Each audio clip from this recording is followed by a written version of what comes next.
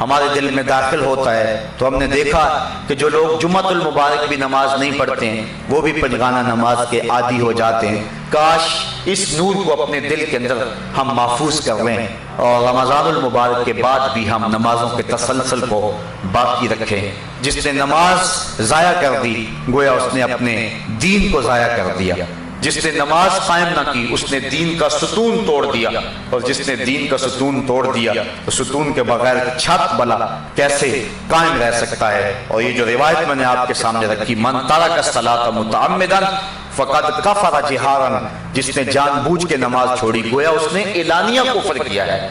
صحابہ فرماتے ہیں مومن اور کافر کے درمیان ہم تو فرق نماز کو سمجھتے تھے، جو نماز پڑھتا تھا ہم سمجھتے تھے مومن ہو گیا تبھی پڑھتا ہے، اور جو نماز نہیں پڑھتا تھا ہم سمجھتے تھے کہ وہ کافر ہے تبھی نہیں پڑھتا، مومن ہوتا تو ضرور پڑھتا۔ امام شافعی اور دیگر ائمہ کا فتویٰ یہ ہے کہ بے نمازی کو قتل کر دیا جائے، لیکن ہمارے امام حضرت امام اعظم ابو حنیفہ فرماتے ہیں نہیں، بے نمازی کو قتل نہ کیا جائے بلکہ اس کو حاکم وقت قید کر دے یہاں تک کہ وہ توبہ کرے اور نماز کا وعدہ کرے تو پھر اس کو چھوڑا جائے۔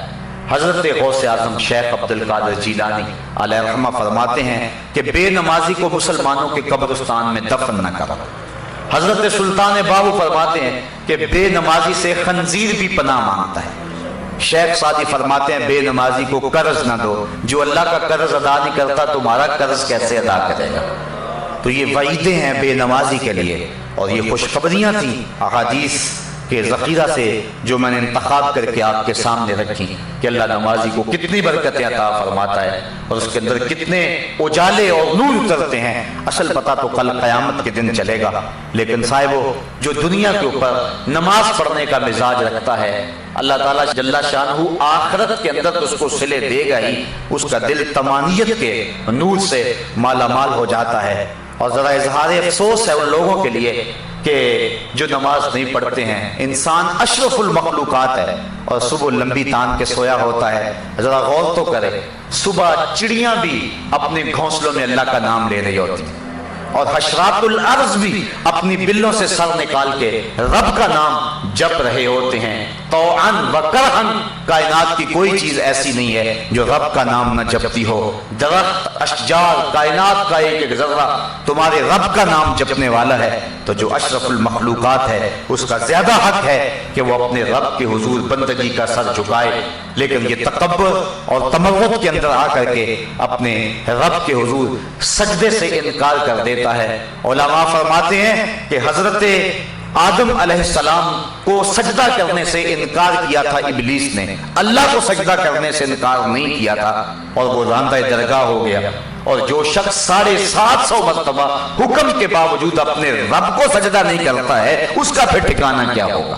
شیطان نے تو حضرت آدم کو سجدہ نہیں کیا تھا، رب کو تو کرتا تھا، تو اللہ نے اس کو بھی راندہ درگاہ کر دیا، اور جو رب کو سجدہ نہیں کرتا ہے تو پھر اس کا ٹھکانہ کیا ہوگا؟ یہ سوچنے کی بات ہے اور بار بار سوچنے کی بات ہے۔